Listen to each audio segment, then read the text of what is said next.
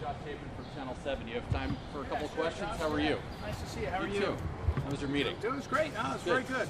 Interesting. So we're 100 days in. How do you feel it's gone for the folks here in D.C. and you? Well, it's really awesome momentum, I'd say. President Trump, at the very beginning of his time, he said, we're going to make D.C. safe, we're going to make it beautiful, and he's given us the tools. So those first couple days, remember, he pardoned some cops, and that was sort of, to my mind, that was the beginning of law enforcement realizing we're going to be on their side. You know, he pardoned 2 cops. We changed our rules so that we charge every single assault on a police officer. We took a lot more guns into federal district court in terms of charging crimes, and we feel like the momentum has changed. Talk about the full funding fix. I know that is something that the president has supported to fully fund public safety initiatives here in the district. Your thoughts on that? Yeah, look, the president said, and I agree myself, is that we got to fund all of our law enforcement, and we follow the mayor's lead on that. I think it looks like she's been able to figure out how to solve some of the problems. And look, at the end of the day, you can talk about prosecuting all the crimes, and we want to prosecute every provable crime. That's different than my predecessor. If it's a misdemeanor, we still want to try it because we still want to take these cases to change how people live. But you need cops. You got to have cops.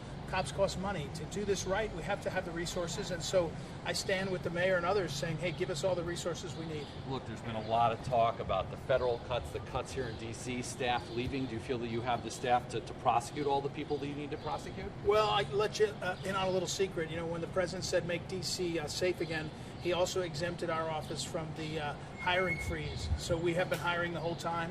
We were down some lawyers before. We hired to fill them. We had some people retire and some leave. We filled them. So we are rapidly hiring. The thing is, it's not a quick fix. We have to still train them up and get them in the system. But we've been hiring in every department, including our staff, our professional staff that are not lawyers. Look, we have to ask you a little bit about some of the pushback you've gotten. Yeah, We've seen sure. that in Anacostia and some of the communities you've been to. Any further follow-up with them or any comment on that? Well, I guess I missed where you're headed with that. I've done ride-alongs in every district now, multiple ride-alongs. I've done interviews down in with the newspaper down in Anacostia. I've been, with community meetings where people have questions and comments. I've generally thought the response was very positive in this sense. The community wants you to show up. You know, they want to be heard. Sometimes you're going to disagree, and sometimes you're going to agree. But if they feel like you're listening, you've got a starting point to get better. And more people come to our office and say, how do we work on the juvenile problem, right? The problem of juveniles in this city. How do we change the laws? How do we change how we treat them? Because we don't want these kids to be in this cycle of not just poverty, but juvenile crime and then adult prison or worse. And so I'm encouraged by the reaction of the community, and I think we're listening a lot more. Last question, the Homeland Security Secretary, a little bit of a kerfuffle not too long ago. She had her purse stolen. Any update on that case? We know a couple of illegal immigrants have been charged, it seems that way. Any updates to that case? Well, a couple updates. One is unbelievably good work. I mean, when it's the secretary of a cabinet level thing, you're going to have some intensity of that, but there's great work by the MPD, Secret Service, and then our prosecutors. We had a couple of prosecutors, one in particular I can think of, who was in over the weekend charging that up.